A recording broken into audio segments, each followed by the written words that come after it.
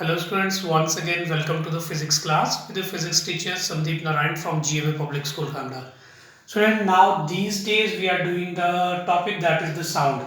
Proceed with one another topic that is the reflection of the sound, echo and the reverberation. Okay, सबसे पहले हम बात करते हैं what is the reflection of the sound.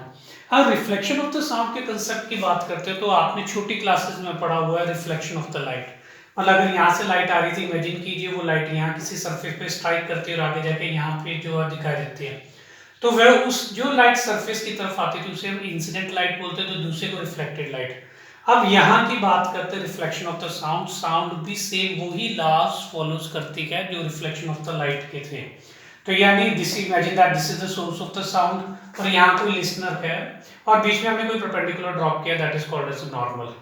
तो incident sound normal के साथ this is angle of incident, reflected sound normal के साथ एंगल ऑफ रिफ्लेक्शन। तो पहला लॉ होता है angle of incidence that must be equal to the angle of reflection आपके पास होता है, और दूसरा incident sound, reflected sound and the normal all lies in the same plane. तो रिफ्लेक्शन ऑफ द साउंड जो है वो सेम लॉज फॉलो करते हैं जो रिफ्लेक्शन ऑफ द लाइट के होते हैं। Now proceed toward another definition that is called as a echo. अब echo का मतलब क्या होता है? आवाज का गूंजना। Echo is the आवाज का गूंजना।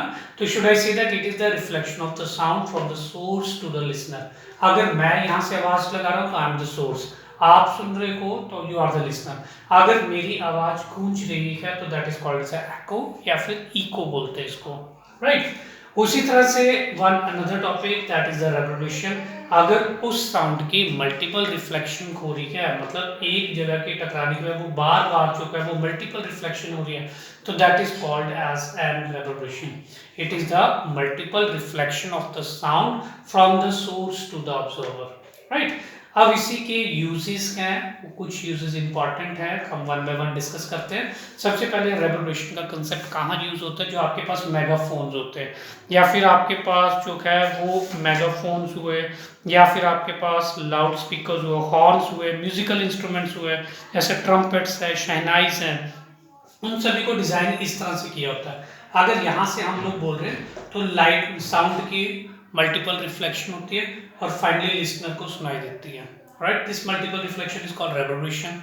उसके बाद अगर स्टेथोस्कोप की बात करें, you know that stethoscope is a device that is used by the doctor to listen the sound produced within the body, right. तो उसमें क्या होता है, अगर साउंड यहाँ से आ रही है वो यहाँ से टकराएगी, यहाँ जाएगी, यहाँ जाएगी, यहाँ जाएगी, मल्टीपल रिफ्लेक्शन को हो रही है रेवोल्यूशन। उसके बाद ये कहते हैं बड़े बड़े जो कॉन्फ्रेंस हॉल्स होते हैं या कंसर्ट हॉल्स होते हैं उनकी कई बार आप रूफ्स देखना वो कर्व्ड होती हैं। क्यों कर्व्ड होती है? ये इंपॉर्टेंट है, इसलिए होती है सपोज कीजिए यहाँ पे कोई सोर्स ऑफ द साउंड है, कोई बात कर रहा है और यहाँ पे लिसनर बैठे हुए हैं, वो इसलिए कर्व होती है कि जो साउंड है वो after reflection reaches to every corner of the listener, तो उनको हर किसी को सुनाई दे।